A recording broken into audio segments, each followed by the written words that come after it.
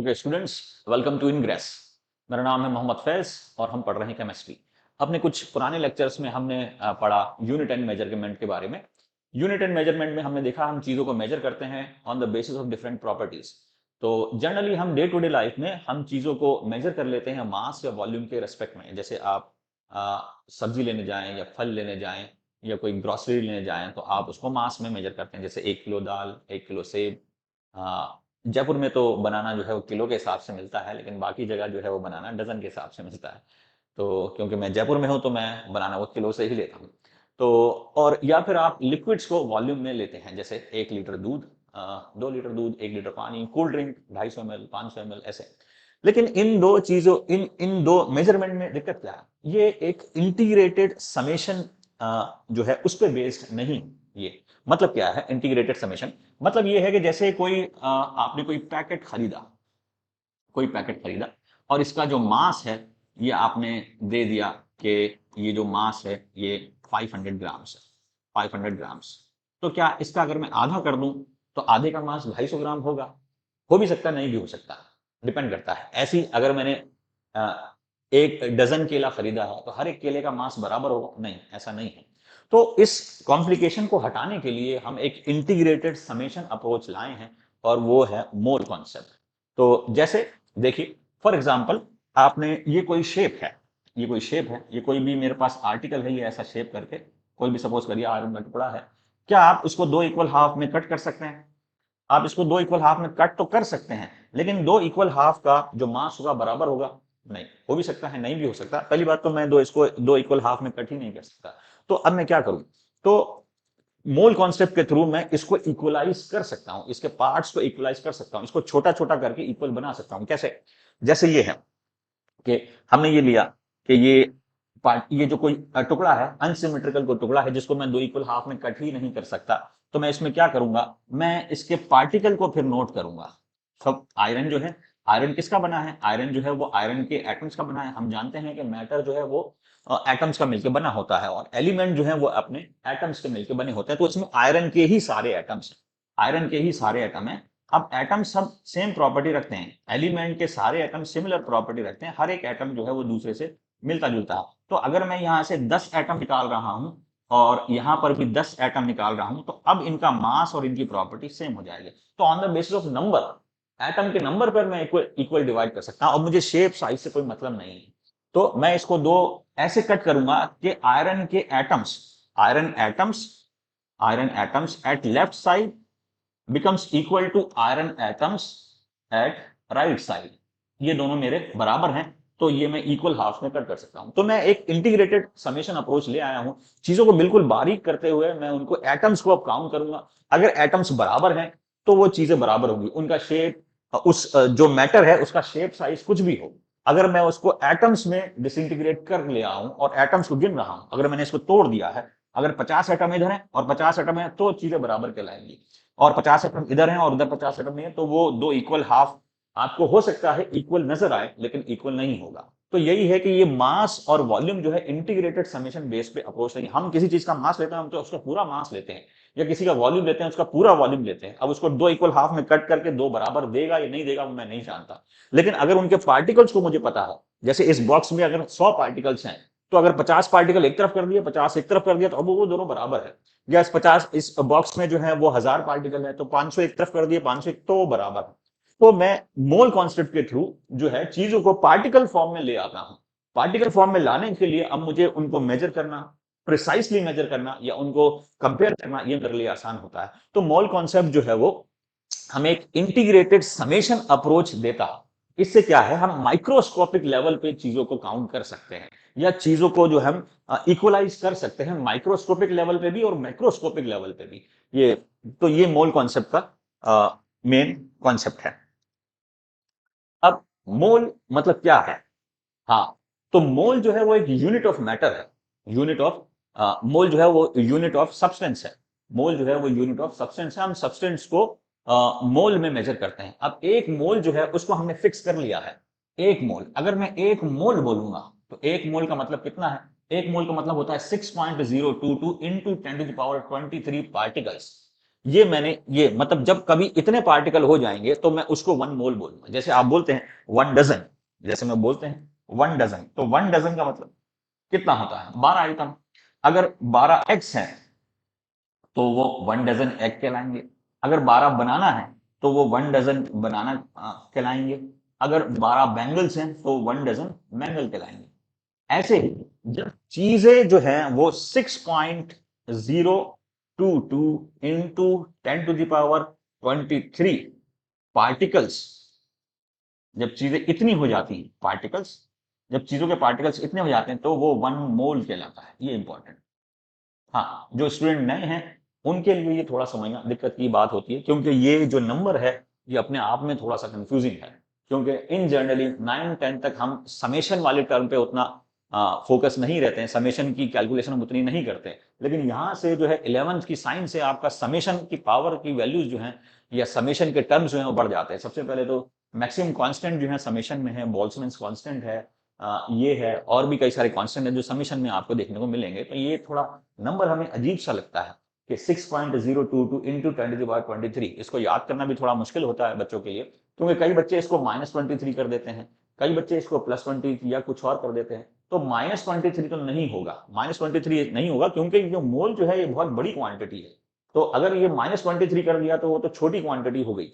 ये ध्यान रखना, आप माइनस नहीं कर देना। कई बच्चे, कई स्टूडेंट जो है वो इसको माइनस कर देते हैं, तो माइनस नहीं है। 6.022 इंटू 10⁻23, ये 6.0, ये आपको याद करना है। आगे 22 याद करें या 23 याद कर दें या कोई भी एक डेसिमल आप ऊपर नीचे कर दें तो उसमें कोई दिक्कत नहीं है।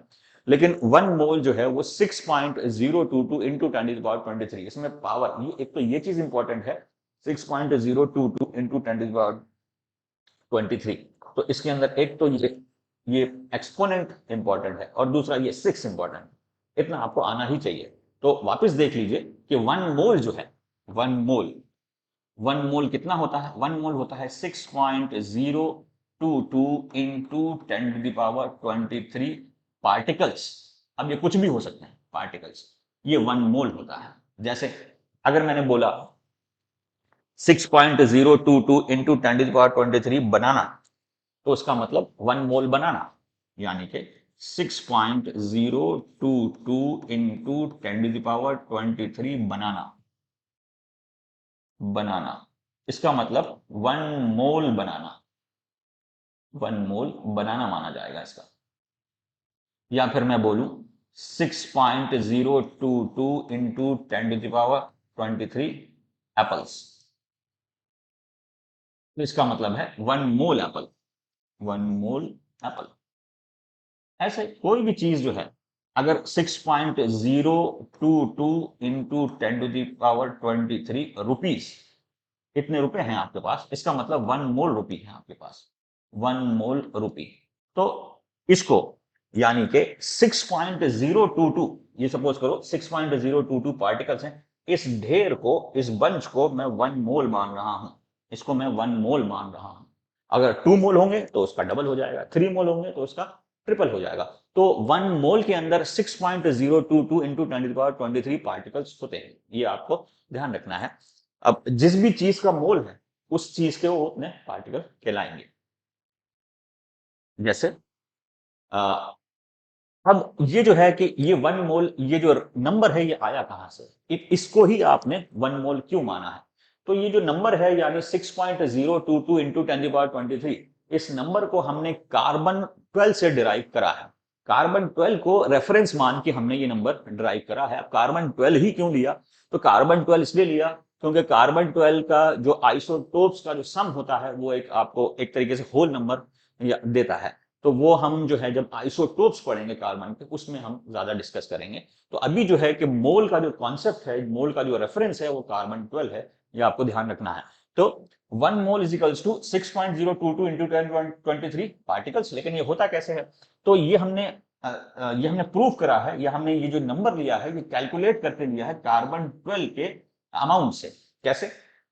जैसे हमने ये देखा कि कार्बन 12 के एक एटम का मास, के मास ऑफ 1 कार्बन 12 एटम, ये होता है 1.9924 इंटू 10⁻⁻23 ग्राम। हालांकि नंबर बहुत छोटा है, लेकिन हमारे पास टेक्निक है मास स्पेक्ट्रोस्कोपी। मास स्पेक्ट्रोमीटर एक इंस्ट्रूमेंट है जो आपको एटम्स का मास दे सकता है। तो एक एटम, एक कार्बन एटम का मास जो है, कार्बन 12 जो है, ये कार्बन 12 जो है हमारा एलिमेंट, कार्बन 12 जो एलिमेंट है, उसके एक एटम का मास 1.9924 इंटू 10⁻⁻23 दिया है। अब ये जो है, ये कार्बन का एक एटम बहुत छोटा होगा, बहुत हल्का होगा, इसलिए माइनस में है। और एवोगाड्रो नंबर में वो 23 पॉजिटिव में है, ठीक है, उससे कंफ्यूज नहीं हुए, क्योंकि एवोगाड्रो नंबर बहुत बड़ी अमाउंट है, तो बड़े अमाउंट में पावर पॉजिटिव में चलती है और बहुत छोटे अमाउंट में पावर नेगेटिव में चलती है। तो कार्बन के एक एटम का मास जो है वो बहुत छोटा है, इसलिए यहां पर मास ऑफ वन एटम के अंदर पावर हमेशा नेगेटिव ही चलेगी। मास ऑफ वन एटम बहुत बहुत बहुत छोटा होगा, इसलिए पावर उसमें नेगेटिव में ही चलेगी। तो एक कार्बन एटम, कार्बन 12 यानी कार्बन जो एलिमेंट है उसका कार्बन 12 जो है, उसके एक एटम का जो मास है वो इतना है। अब आपको पता है नंबर कैसे निकालेंगे? तो नंबर हम निकाल सकते हैं 12 ग्राम कार्बन। अगर 12 ग्राम कार्बन है तो उसमें कितने एटम्स होंगे? एक कार्बन एटम का मास कितना है, तो 12 ग्राम कार्बन में कितने एटम होंगे? तो 12 ग्राम कार्बन में हम इसको कैसे निकाल सकते हैं कि number of atoms present in 12 gram of carbon is equal to mass of 12 gram divided by mass of one carbon atom, ये हम निकाल सकते हैं। तो ये हमारा जो नंबर आएगा, मतलब 12 ग्राम कार्बन में कितने एटम हो जाएंगे? 6.023 या फिर 22 इंटू 10⁻23, अप्रोक्सीमेटली 6.022 इंटू 10⁻23 ये आएगा। आगे भी कुछ वैल्यू होंगी तो उसको राउंड ऑफ करके हमने 6.023 इंटू 10⁻23 हमने लिख दिया है। तो 6.023 इंटू 10⁻23 बोल सकते हैं, नहीं तो 6.022 इंटू 10⁻23 भी बोल सकते हैं। 10 की पावर इंपॉर्टेंट है और ये 6 जो है, ये नंबर ये इंपॉर्टेंट है। तो अगर कार्बन 12 है, 12 ग्राम मैंने उसे ले लिया, एक कार्बन 12 के एटम का मास पता है, तो 12 gram divided by mass of one carbon atom, ये आपको दे देगा number of atoms present in 12 gram of carbon atom, और इसी को बोल दिया गया है 1 मोल। तो 1 मोल का जो रेफरेंस है वो कार्बन 12 है, यानी 12 ग्राम कार्बन में कितने एटम होंगे वही हमारा 1 मोल है। यानी 12 ग्राम कार्बन को हमने 1 मोल मान लिया है, यानी 12 ग्राम कार्बन में कितने एटम होंगे? तो 6.022 इंटू 10⁻23 एटम्स होंगे, ये है। मोल के अंदर नंबर इंपॉर्टेंट है, जब भी 6.022 इंटू 10⁻23 अगर आ जाएगा तो वो 1 मोल बन जाएगा, ये ध्यान रखना है आपको। तो 12 ग्राम कार्बन में कितने एटम होंगे? तो 12 ग्राम कार्बन में कितने एटम होंगे? 1 मोल एटम के बराबर, और इसी को हमने 1 मोल मान लिया है, यानी 12 ग्राम को हमने 1 मोल माना है और 6.022 इंटू 10⁻23 को भी हमने 1 मोल माना है, ये ध्यान रखना। तो अब मोल जो है वो एक कनेक्टिंग लिंक हमने बना दिया है मास और नंबर के बीच में, जो कि एक बहुत बड़ा रेवोल्यूशन है। क्या है? अगर आप देखें कि पहले के टाइम में जो एंशियंट लोग थे वो बार्टर सिस्टम पे काम करते थे। बार्टर सिस्टम कैसा कि हम जो चीजें होती थी नंबर के बेस पे होती थी। कोई किसी के पास अगर 5 नींबू है और वो अपने कुछ नींबू देके तरबूज लेना चाहता है, तो लोग उसको एक्सेप्ट कर लेते थे कि ठीक है, मुझे नींबू की जरूरत है तो तुम मुझे नींबू दे दो, अब तुम्हें तरबूज की जरूरत है तो मैं तुम्हें तरबूज देता हूं। तो नंबर के बेस पे एक्सचेंज कर लेते थे। वो ये नहीं देखते थे कौन हल्का है कौन भारी है, वो बस रिक्वायरमेंट और नंबर के बेस पे एक्सचेंज करते थे। लेकिन बाद में फिर लोगों को इकोनॉमिकल इंपॉर्टेंस पता लगी कि चीजों की इंपॉर्टेंस क्या है, चीज हल्की भी होती है, भारी भी होती है, कम भी होती है, ज्यादा भी होती है। तो फिर हमें जो है वो मास पे चीजें कैलकुलेट होने लगी। जैसे एक एक जो वाटरमेलन है उसका वे अगर 2 किलो है, तो फिर वो उसको एक्सचेंज करने वाला बोलेगा मैं एक वाटरमेलन दे दूंगा तुम्हें और 2 किलो जो है लेमन लूंगा। अब मैं 1:1 का रेशियो नहीं करूंगा, अब मैं मास का रेशियो करूंगा। तो फिर चीजें जो है मास के कंपेयर में आने लगी। लेकिन मोल के थ्रू हम क्या है, मास को नंबर से कोरिलेट कर दिए हैं कि अगर आपको मोल पता है तो आपको उसका मास भी पता होगा, या आपको उसका मास पता है तो आपको उसके मोल भी पता होंगे। तो जैसे हमने कार्बन के केस में करा, 12 ग्राम कार्बन को हमने कोरिलेट कर दिया नंबर से, यानी 12 ग्राम कार्बन में कितने कार्बन के एटम होंगे? तो 12 ग्राम कार्बन में 6.022 इंटू 10⁻23 एटम होंगे और इसको बोल दिया 1 mole. So mole is a connecting link. Mole is a connecting link, connecting link between mass and number, mass and number। पहले हम ये नहीं कर पाते थे, लेकिन मोल के आने से ये हमारे लिए इजी हो गया, मास एंड नंबर। कैसे? तो मोल is a connecting link between mass and number. जैसे एक मोल, जैसे मैं ये बोलूं कि एग्जाम्पल 1 मोल, 1 मोल कार्बन, 1 मोल कार्बन 12, ठीक है, कार्बन 12 जो है वो अगर 1 मोल है तो इसका मास कितना हो जाएगा? मास हो जाएगा 12 ग्राम। और इसके अंदर नंबर कितना आएगा? तो ये नंबर आ जाएंगे 6.022 इंटू 10⁻23 कार्बन एटम्स, ये आ जाएंगे। तो मोल को जो है हमने नंबर से कोरिलेट कर लिया है। तो ये एक रेवोल्यूशन है। मोल जो है नंबर और मास दोनों को हमने कोरिलेट करा है। अब मास को नंबर में बदल सकते हैं, नंबर को मास में बदल सकते हैं, ये हम कर सकते हैं मोल के थ्रू। तो इंपॉर्टेंट मोल का कॉन्सेप्ट ये है। तो जैसे 1 मोल ऑफ एनीथिंग कितना होगा? 6.022 इंटू 10⁻23 ऑफ दैट थिंग। जैसे 1 मोल ग्रेप्स हैं तो 6.022 इंटू 10⁻23 ग्रेप्स हो जाएंगे। 1 मोल वाटरमेलन है तो 6.022 इंटू 10⁻23 वाटरमेलन हो जाएंगे। 1 मोल एलिफेंट है तो 6.022 इंटू 10⁻23 एलिफेंट हो जाएंगे। 1 मोल कोई एलिमेंट है। अब एलिमेंट किसका बना होता है? एलिमेंट बना होता है एटम्स का।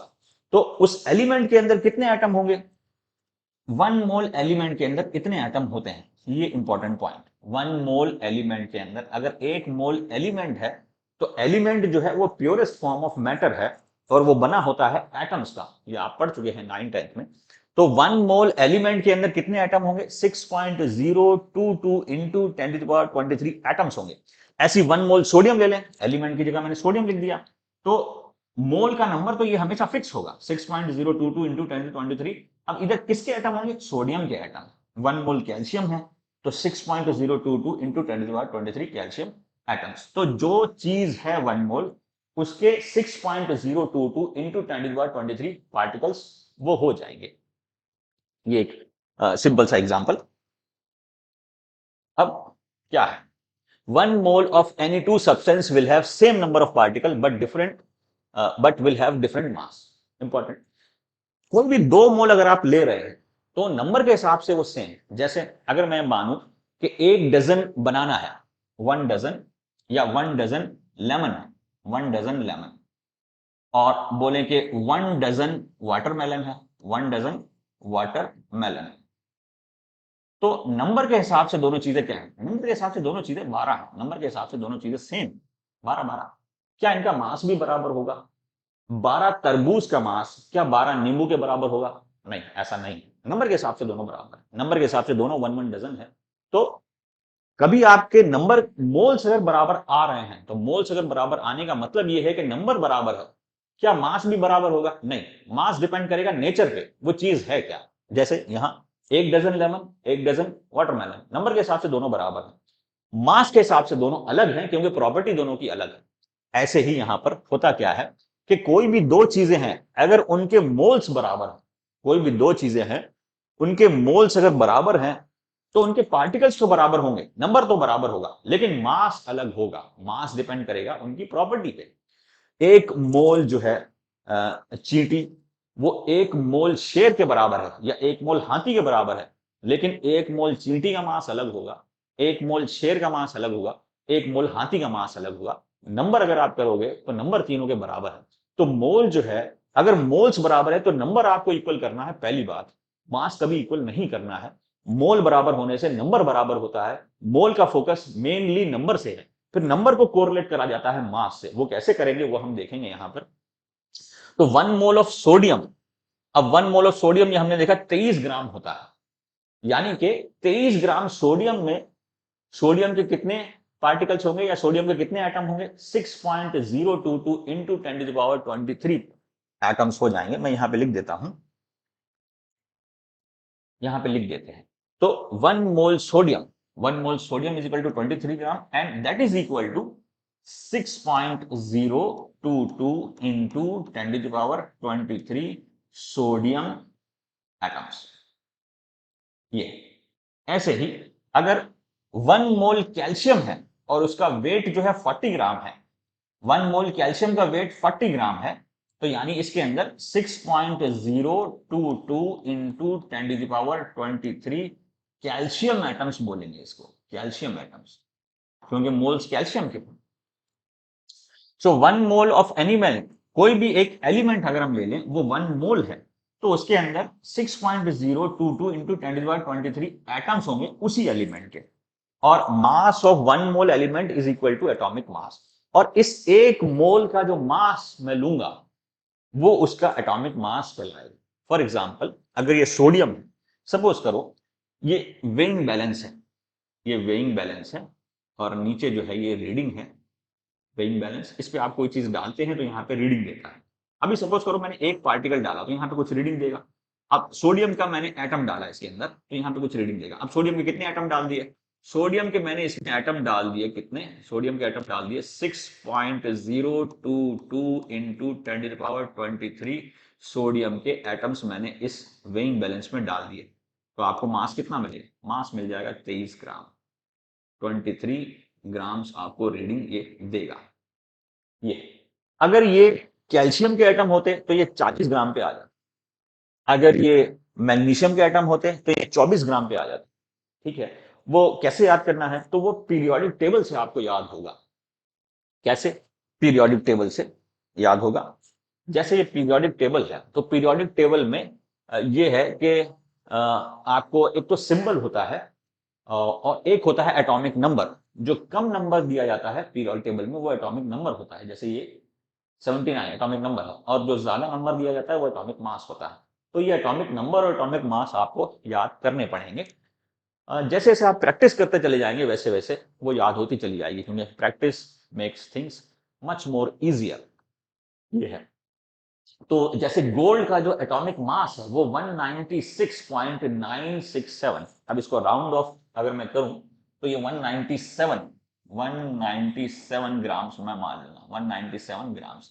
मतलब क्या है कि 197 ग्राम्स गोल्ड अगर मैं लेता हूं तो उसके अंदर कितने गोल्ड के एटम होंगे, 6.022 इंटू 10⁻23 गोल्ड के एटम्स हो जाएंगे, गोल्ड एटम्स, गोल्ड एटम्स। तो ये ध्यान रखें, पीरियोडिक टेबल में जो एलिमेंट के एटॉमिक मासेस हैं, एलिमेंट के जो एटॉमिक मास है वो एक्चुअली में जो मास है वो एक मोल एलिमेंट का मास या एक मोल एटम का मास है। ये इंपॉर्टेंट पॉइंट है कि पूरे पीरियोडिक टेबल में कोई भी एलिमेंट अगर आप ले लें, जैसे हमने हीलियम ले लिया, हीलियम, अब हीलियम का जो एटॉमिक मास है वो है, हीलियम का जो एटॉमिक मास है, एटॉमिक मास, एटॉमिक मास हीलियम का 4.003 ग्राम्स मैं मानता हूं।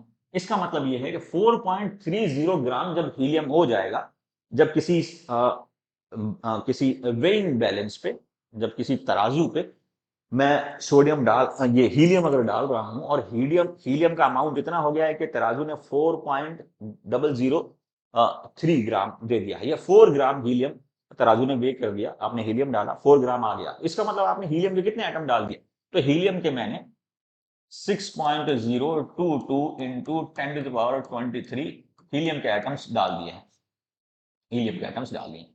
ये है। ऐसी नियॉन, नियॉन का एटॉमिक मास 20 है अप्रोक्सीमेटली, यानी 20 ग्राम नियॉन के अंदर कितने एटम्स होंगे, 6.022 into 10⁻23।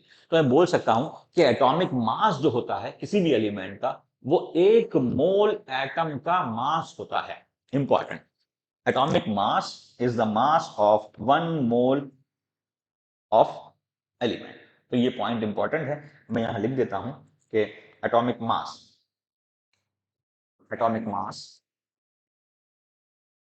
Atomic mass of an element, of an element, element is the mass of, या भी बोल सकते हैं is the integrated summation of, या इंटीग्रेटेड समेशन या integrated mass of 6.022 into 10⁻23 particles या एटम्स, क्योंकि वो एलिमेंट जो है एटम से बना होगा तो मुझे एटम लिखना चाहिए, atom, atoms of that element, atoms. ये क्या, ये पॉइंट इंपॉर्टेंट है कि एटॉमिक मास जो होता है पीरियोडिक टेबल में, जो एटॉमिक मास होता है वो किसका मास होता है, वो एक्चुअली में मास होता है 6.022 एटम्स का, उस एलिमेंट के इतने एटम्स का। तो मेरे पास एक रिलेशन आ गया मास और नंबर के बीच में। तो mole is the relation between mass and number. अब जैसे हाइड्रोजन का एटॉमिक मास कितना है 1.008, हीलियम का एटॉमिक मास कितना है 4.0026, लिथियम का एटॉमिक मास लगभग 7, बेरिलियम का 9, बोरोन का 10। ये एटॉमिक मासेस है। इससे क्या समझते हैं आप कि क्योंकि ये एटॉमिक मास है और एटॉमिक मास जो है वो एक मोल एलिमेंट का मास होता है, ठीक है। तो इसका मतलब ये है कि 1.008 मैं इसको 1 ही मान लेता हूं, या चलो 1.008 gram of hydrogen is equal to 6.022 into 10⁻23 hydrogen atoms. तो एक मास और नंबर के बीच में रिलेशन आ गया। या फिर हम ये भी बोल सकते हैं कि बेरिलियम अगर मैं ले लूं, बेरिलियम को, या बोरोन ले लेते हैं, बोरोन या 10.81 grams of boron is equals to 6.022 into 10⁻23 boron atoms के बराबर है। तो देख रहे हैं आप कैसे हम जो है मास को नंबर से कोरिलेट कर रहे हैं, जो कि एक नई चीज है। मास को हम नंबर से जो पहले हमारे पास नहीं थी, तो मास को हम नंबर से कोरिलेट कर दे रहे हैं। तो यानी कि 15.99 ग्राम यानी 16 ग्राम ऑक्सीजन में कितने ऑक्सीजन के एटम्स होंगे, 1 मोल ऑक्सीजन, 1 मोल ऑक्सीजन आ जाएगा उसके अंदर। ऐसी नाइट्रोजन, कार्बन, 12 ग्राम कार्बन में कितने होंगे, 1 मोल कार्बन। ऐसे ही बोरोन 10.81 ग्राम बोरोन में कितना बोरोन एटम होगा, 1 मोल, यानी 6.022 into 10⁻23। So mole is the connecting link between mass and number, atomic mass और यहां पर मोल, एटॉमिक मास ऑफ एलिमेंट और mole of atom of that element. ये सिंपल सा। अब मोल गिव्स, अब सिग्निफिकेंस क्या है मोल का, मोल के पीछे इतना क्यों पड़े। तो मोल आपको बहुत सारी चीजें बताता है। क्यों हमने मोल को यूनिट ऑफ मैटर मान रखा है या यूनिट ऑफ सब्सटेंस मान रखा है, तो ये है mole gives the amount of substance. Amount का मतलब क्या है, जैसे मैंने बताया आपको, मास से आप एग्जैक्ट अमाउंट नहीं निकाल सकते, मास से आप या वॉल्यूम से आप अमाउंट एग्जैक्टली नहीं बता सकते। ये इंटीग्रेटेड अप्रोच नहीं है। पूरा का पूरा चीज आप तौलेंगे, क्या आप उसके आधा आधा बराबर बराबर कर सकते हैं, नहीं कर सकते। तो आपको बराबर बराबर या इक्वल पार्ट्स में करने के लिए उसका इंटीग्रेटेड समेशन फॉर्म में लाना पड़ेगा। और वो हमारा मोल का कॉन्सेप्ट है कि हम चीजों को बिल्कुल माइक्रो लेवल पे ले जाते हैं, नंबर में ले आते हैं, चीजों को ऐसे तोड़ लेते हैं कि उसका नंबर निकल आए। अब अगर उनके मोल्स बराबर हैं, एक तरफ 1 मोल दूसरी तरफ 1 मोल बराबर, एक तरफ 10 मोल दूसरी तरफ 10 मोल बराबर, अब उनका शेप, साइज, मास, ठीक है, भी सब बराबर हो जाएगा अगर उनके पार्टिकल्स बराबर है। अगर एक ही चीज में से अलग अलग पार्टिकल डालें जब, लेकिन अगर चीजें अलग हैं तो फिर उनका मास तो अलग होगा, वो वाली बात है यहाँ पर। जैसे विच one of the following will have largest number of atom, ये है। ये जैसे क्वेश्चन है, 1 ग्राम गोल्ड है, 1 ग्राम सोडियम है और 1 ग्राम लिथियम है, किसमें सबसे ज्यादा नंबर ऑफ एटम होंगे। तो पहले तो ये क्वेश्चन करने के लिए मुझे एटॉमिक मास को मोल के रेशियो में लाना पड़ेगा, एटॉमिक मास को मोल के रेशियो में लाना पड़ेगा। जैसे हमने देखा पीछे पीरियोडिक टेबल में चलते हैं, पीरियोडिक टेबल में ये हमने देखा, तो गोल्ड का एटॉमिक मास कितना है, गोल्ड का एटॉमिक मास है 197। लिथियम का एटॉमिक मास कितना है, तो लिथियम का एटॉमिक मास है 7। सोडियम का एटॉमिक मास कितना है, तो सोडियम का एटॉमिक मास है 23। ये मेरा एटॉमिक मास है। तो कभी भी आपको नंबर के बारे में पूछे तो हमेशा एटॉमिक मास को एवोगाड्रो नंबर से कोरिलेट करना है, ठीक है। तो ये हमारा है। तो हमने गोल्ड का मास देखा 197 ग्राम्स इक्वल टू 1 मोल। तो मैं यहां पे पहला क्वेश्चन करता हूं, ये फर्स्ट पार्ट, यानी कि 197 gram of gold is equal to 6.022 into 10⁻23 gold atoms. ये मुझे पता है, ये पता है मुझे चीज, ठीक है। अब क्या करें, क्या पूछ रहा है, 1 ग्राम गोल्ड में कितने एटम होंगे। पहले मुझे ये निकालना है कि 1 ग्राम गोल्ड में कितने एटम होंगे। फिर मैं निकालूंगा 1 ग्राम सोडियम में कितने एटम होंगे, फिर मैं निकालूंगा 1 ग्राम लिथियम में कितने एटम होंगे। तो ये मेरे पास कोरिलेशन है। अब 1 ग्राम में कैसे निकलेगा, 1 ग्राम गोल्ड में कितने एटम निकलेंगे, ये मुझे निकालने हैं। जैसे आपको पता है हमने इक्वल कर दिया है, एक किधर रखना है, तो मुझे एक रखना है ग्राम की तरफ। 1 ग्राम में देखें ना, 1 ग्राम, मुझे देखें 1 ग्राम गोल्ड में कितने एटम है, तो 1 ग्राम तो मैं एक यहां पे छोड़ूंगा, तो मैं 1 ग्राम ऑफ गोल्ड। अब क्या होगा, तो जो यहां पे छोड़ा है वो नंबर डिनोमिनेटर में चला जाएगा, ये उठ के डिनोमिनेटर में चला जाएगा और इसके नीचे इसके पास इसकी जगह 1 आ जाएगा, इसकी जगह मैंने 1 लिख दिया, तो ये नीचे चला जाएगा डिनोमिनेटर में, यानी कि 6.022 into 10⁻23 gold atoms divided by 197 ग्राम, यानी गोल्ड के 1 ग्राम में इतने एटम्स होंगे। इसको हम सॉल्व अभी नहीं कर रहे हैं, हमें रिलेटिव देखना है। जब भी आपको रिलेशन देखना होता है तो एग्जैक्ट सॉल्यूशन की जरूरत नहीं पड़ती हमें। ये मेरे पास गोल्ड के आ गया। और वैसे भी आप अगर करना चाहें तो ये कोरिलेशन आपने बना दिया है, उसने पूछा है कि 1 ग्राम गोल्ड में कितने एटम होंगे, तो आंसर आपका नंबर में ही जाएगा, मास में तो जाएगा नहीं। पूछा है 1 ग्राम गोल्ड में कितने एटम होंगे, कितने का मतलब नंबर, तो आंसर आपका नंबर में जाएगा। तो यूनिट आपकी नंबर न्यूमरेटर में नंबर आना चाहिए, क्योंकि आंसर की यूनिट न्यूमरेटर में रहती। तो मतलब यह है कि पर ग्राम में कितने एटम आ जाएंगे, तो पर ग्राम में 6.022 इंटू 10⁻23 डिवाइड बाय 197, तो नंबर ऊपर रहेगा, ग्राम नीचे आ जाएगा। लेकिन अगर पूछता कि इतने एटम्स का मास कितना होगा, तो आंसर मास में जाता, तो मास ऊपर आता और नंबर नीचे आता। ये ध्यान रखना है आपको। बच्चे इसमें कंफ्यूज हो जाते हैं कि डिनोमिनेटर में क्या रखना है, न्यूमरेटर में क्या रखना है। तो एक बार आपने कोरिलेट तो कर दिया कि 1 मोल गोल्ड में कितने एटम्स हैं, तो 1 ग्राम गोल्ड में कितने एटम होंगे, ऑब्वियस है, मास इधर है तो आंसर नंबर में जाएगा। ये पूछा है कि मास में कितना नंबर होगा, तो आंसर नंबर में जाएगा, जिस फॉर्म में आंसर जाएगा वो न्यूमरेटर में रहेगा। जब नंबर न्यूमरेटर में है तो मास डिनोमिनेटर में आ जाएगा। ठीक है, ये हमारा पहला हो गया, यानी गोल्ड 1 ग्राम गोल्ड के अंदर कितने एटम होंगे हमारा। अब हम देखते हैं 1 ग्राम सोडियम में कितने एटम होंगे, यानी सेकंड पार्ट इसका देखते हैं। 1 ग्राम सोडियम, अब आपको पता है 23 gram of sodium is equal to, क्योंकि 23 उसका एटॉमिक मास है, हमने एटॉमिक मास को मोल के बराबर करना है, एवोगाड्रो नंबर के बराबर करना है। 6.022 into 10⁻23 sodium atoms, sodium atoms. तो 1 ग्राम सोडियम में कितने एटम होंगे, पूछ रहा है 1 ग्राम सोडियम में कितने एटम होंगे, तो आंसर आप नंबर में बताओगे कि भाई 10 होंगे, 50 होंगे, 20 होंगे, तो नंबर ऊपर रहेगा। अब इन दोनों में नंबर कौन सा है, तो ये नंबर है, ये मास है, तो मास नीचे चला जाएगा। तो यानी कि वैसे भी मैं देखूं, मुझे यहां पर एक छोड़ना है, 1 ग्राम सोडियम, तो ये डिनोमिनेटर में जाएगा और वो न्यूमरेटर में रहेगा। 6.022 इंटू 10⁻23 डिवाइडेड बाय 23 ग्राम, और ये आ जाएगा सोडियम एटम्स। इसको सॉल्व करेंगे तो सोडियम एटम्स देगा। अब देखिए कौन सा, इन दोनों में से कौन सा बड़ा नंबर है, इन दोनों में से कौन सा बड़ा नंबर है, तो न्यूमरेटर इन दोनों में सेम हो, अगर न्यूमरेटर सेम है और डिनोमिनेटर बड़ा है, तो जहां डिनोमिनेटर बड़ा है वो नंबर छोटा हो जाएगा। तो मतलब ये जो नंबर देगा मुझे, जैसे ये जो आएगा, ये जो नंबर देगा, ये जो नंबर आया 6.022 इंटू 10⁻23 डिवाइड बाय 197, ये छोटा नंबर है, ये छोटा है। किससे छोटा है, इस नंबर से छोटा है। ये जो कैलकुलेट करके मैं नंबर निकालूंगा इससे छोटा है ये, क्यों, क्योंकि न्यूमरेटर तो सेम है।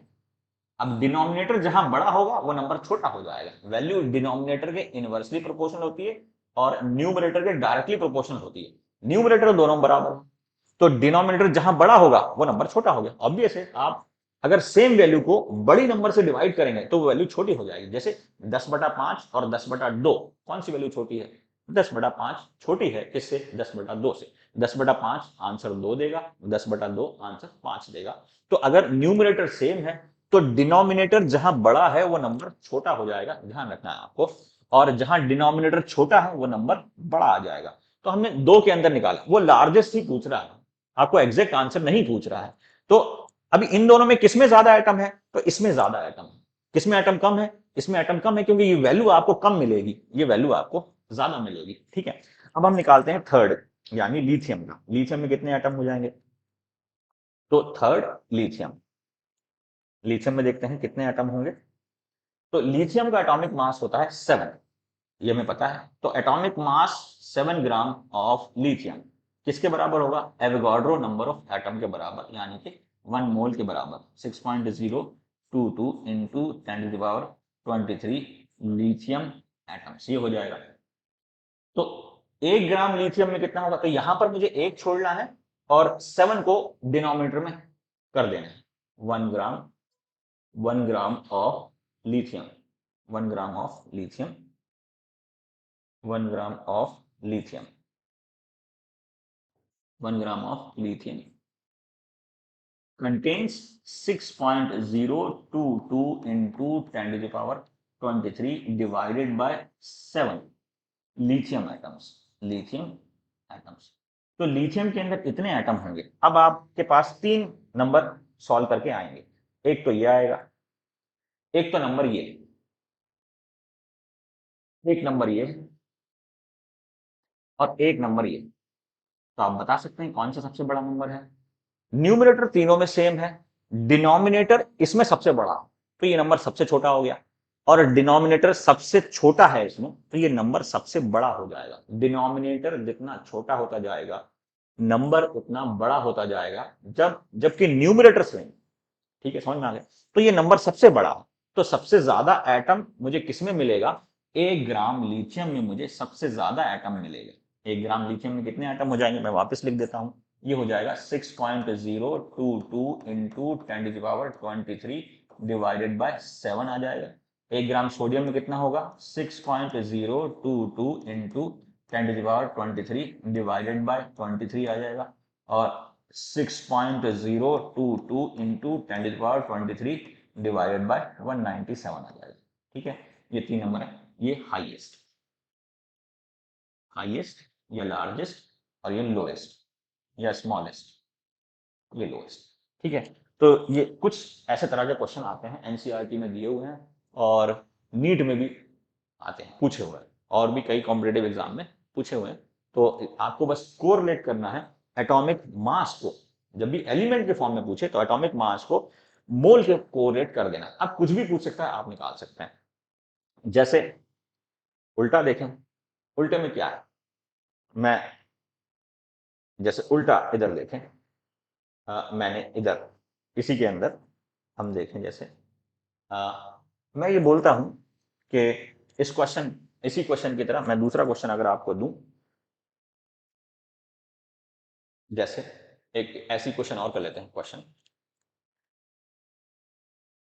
ये कि इसमें तो ये है कौन सा सबसे, अब ये है which of the following, which of the following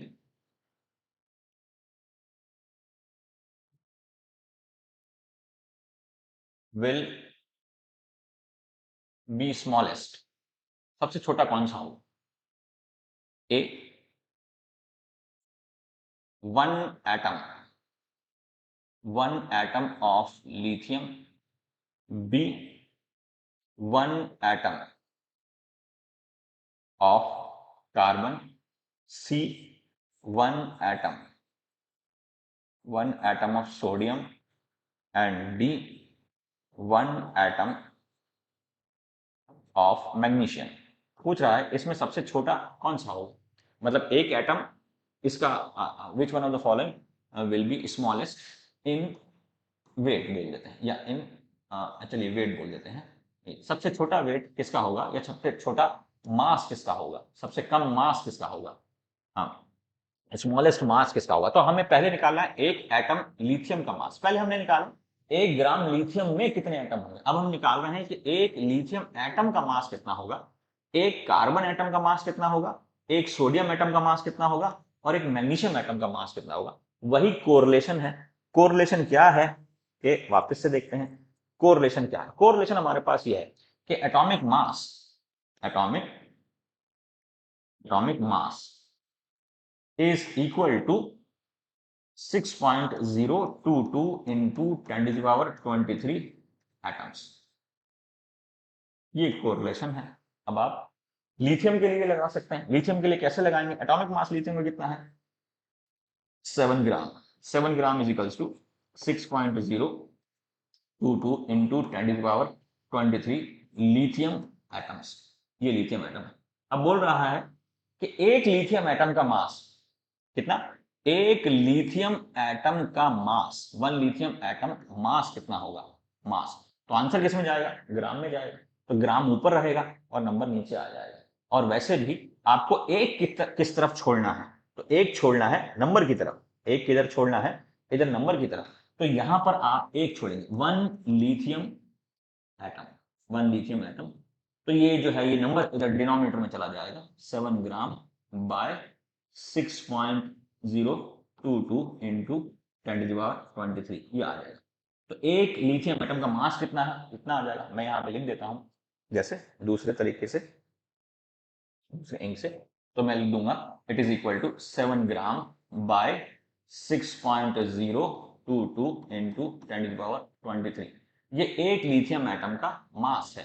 क्योंकि मास में आंसर पूछा है तो ग्राम ऊपर रहेगा और ये नंबर नीचे आ जाएगा। ऐसी एक कार्बन एटम का मास क्या कितना हो जाएगा? तो मैं यहीं पे चेंज कर लेता हूं, जैसे तो 12 ग्राम आ जाएगा। एक कार्बन में कितना आ जाएगा? 12 ग्राम। तो ये यहाँ पे 12 12 कर देंगे, बस ये है। और यहाँ पर लिथियम की जगह हम कार्बन कर देंगे। लिथियम की जगह क्या कर देंगे? कार्बन। ये लिथियम की जगह कार्बन कर देंगे। इसको चेंज कर लेते हैं। ठीक है, ये आ गया। तो 12 gram carbon, 12 gram carbon is equal to 6.022 into 10⁻23 carbon atoms. अब एक कार्बन एटम का मास कितना होगा? Equal to 1 carbon atom mass. ये कितना आ जाएगा? 1 कार्बन एटम मास कितना आ जाएगा? तो यहाँ हम 12 कर देंगे और नीचे एवोगाड्रो नंबर। ठीक है, तो मैं इसका आंसर लिख लेता हूँ। ये आंसर आ जाएगा 12 ग्राम बाय 6.022 इंटू 10⁻23। ठीक है, तो इन दोनों में छोटी वैल्यू कौन सी है? तो न्यूमरेटर जो है, न्यूमरेटर इसका छोटा है और डिनोमिनेटर सब में बराबर है। अगर डिनोमिनेटर सेम है तो न्यूमरेटर छोटा होगा तो वैल्यू छोटी हो जाएगी। तो ये वैल्यू हमारी छोटी है और ये वैल्यू हमारी बड़ी है। ऐसी सोडियम के लिए क्या हो जाएगा? तो सोडियम के लिए एटॉमिक मास कितना है? 23 डिवाइडेड बाय 6.022 इंटू 10⁻23। ये वैल्यू थोड़ी सी बड़ी हो गई। इन तीनों में ये सबसे बड़ी वैल्यू है। और अगर इन चारों में देखें तो इन चारों में 6.022 इंटू 10⁻23, इन चारों में ये सबसे बड़ी वैल्यू है। तो सबसे छोटी वैल्यू कौन सी है? ये। न्यूमरेटर अगर छोटा है तो वैल्यू छोटी होगी और न्यूमरेटर अगर बड़ा है तो वैल्यू बड़ी होगी। कब? जबकि डिनोमिनेटर्स हैं। तो यहां पर हमने ये करा कि कभी आपको 1 ग्राम एटम में पूछे तो वो भी आप निकाल सकते हैं, कभी आप एक एटम का मास पूछे तो वो भी आप निकाल सकते हैं, कौन सा हल्का होगा वो भी आप निकाल सकते हैं, कौन का भारी होगा वो भी आप निकाल सकते हैं। तो लिथियम इन सब में, लिथियम का एटम जो है वो इन सब में सबसे हल्का होगा। और वैसे भी lithium is the lightest metal. Lithium is the lightest metal. ये है हमारा। अब ये है, तो mole gives idea about the mass of one atom of an element. Mole जो है किसी भी एलिमेंट के एक एटम का मास कितना होगा? सो मास ऑफ, ये आप ध्यान रखें, mass of one atom, mass of one atom is equal to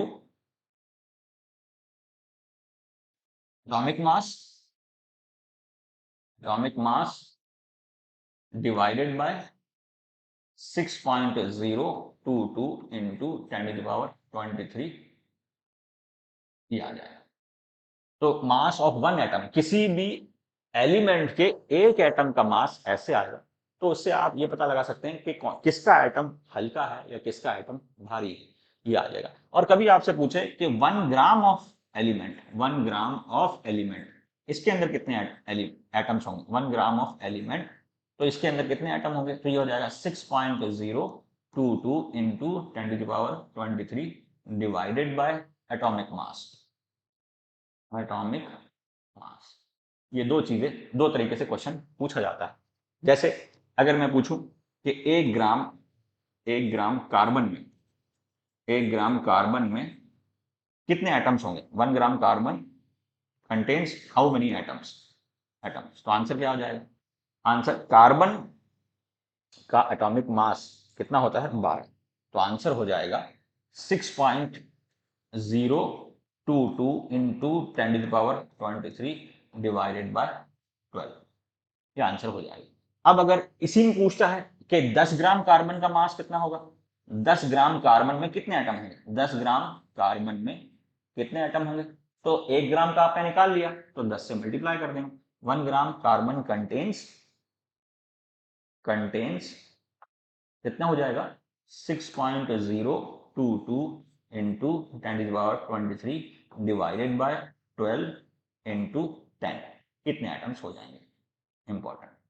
ठीक है, तो हमने देखा कैसे जो है वो मोल जो है नंबर और मास को कोरिलेट करता है। Atomic mass is equal to the mass of one mole atom. Atomic mass is the mass of one mole atom. अब आपको एटॉमिक मास और मोल के बीच में रिलेशन पता लग गया, तो आप कितने भी एटम का मास निकाल सकते हो या कितने भी ग्राम में कितने भी एटम निकाल सकते हो। इस पे कुछ क्वेश्चन है एनसीईआरटी में, एनसीईआरटी बुक्स में, वो आपको देखने हैं। और इसमें कई क्वेश्चन जो हैं वो नीट में पूछे हुए हैं। कुछ क्वेश्चन ये पूछे हुए हैं कि किसका एटम हल्का होगा, कुछ कई बार ये पूछा है कि इसके किसके एक्स ग्राम में ज्यादा एटम होंगे। तो ये कुछ सिंपल सा मैथ्स है, इसमें आपको प्रैक्टिस करना है।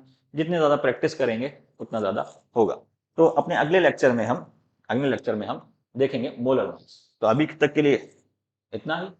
Thank you.